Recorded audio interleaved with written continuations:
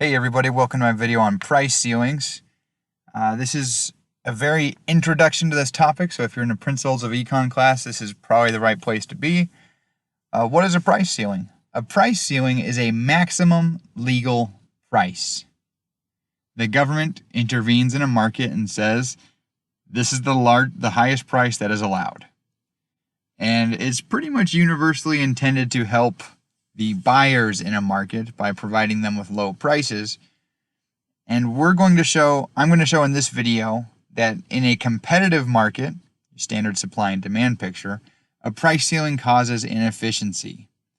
In a competitive market, it causes inefficiency. Before I do though, let's discuss, or let's at least list a few examples of price ceilings. Past and present. There have been ceilings placed on gasoline.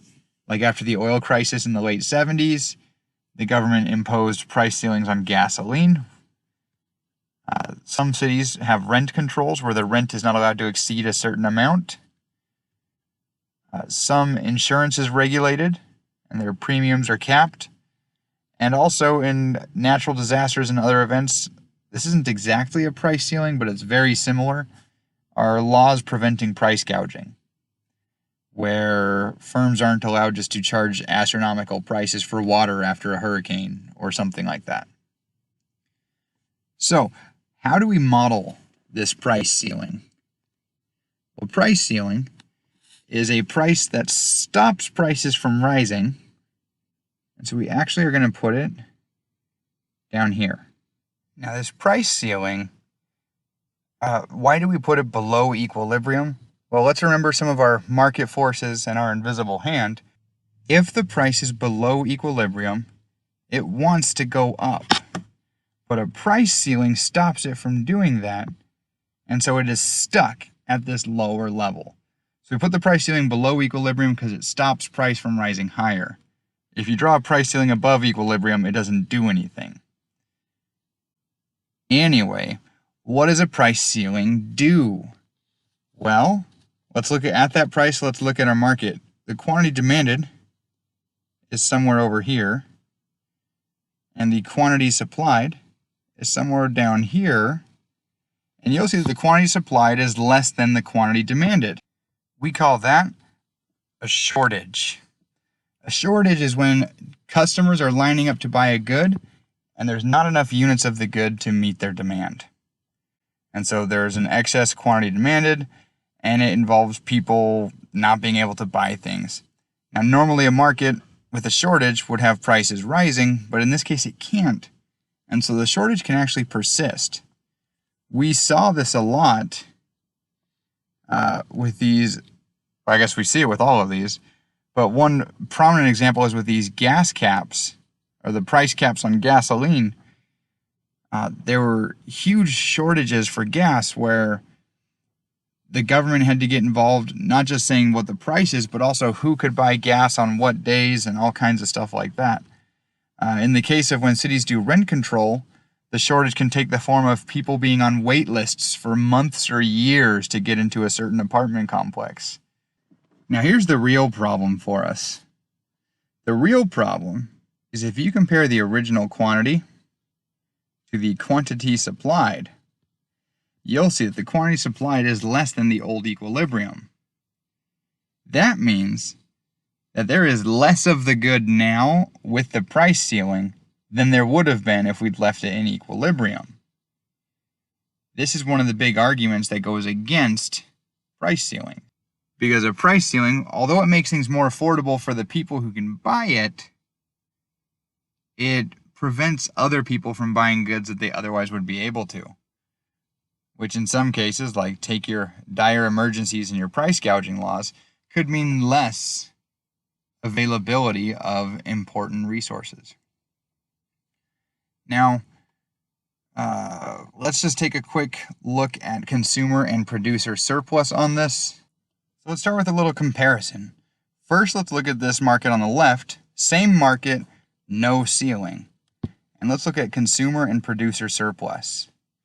Consumer surplus in this market, again, we're over here on the left with no price ceiling, is the excess willingness to pay. It's everything below the demand curve, which is their willingness to pay, and above the price, what they actually pay.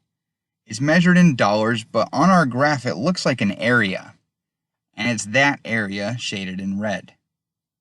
That area represents all of the extra dollars that customers were willing to pay for what they got, and they didn't get it. So not only did they buy Q star, but they also had all this surplus. Sellers had this much surplus, the area of that triangle measured in dollars, representing all of their revenues above variable costs, or producer surplus.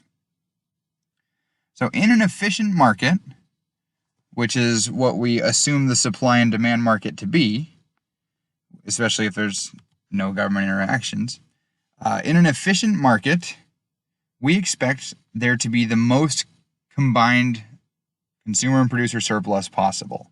It's efficient. There's no way to get additional surplus in the market. Now, let's take a look at our price ceiling. Now, I'm drawing this weird line here because the market stops at QS.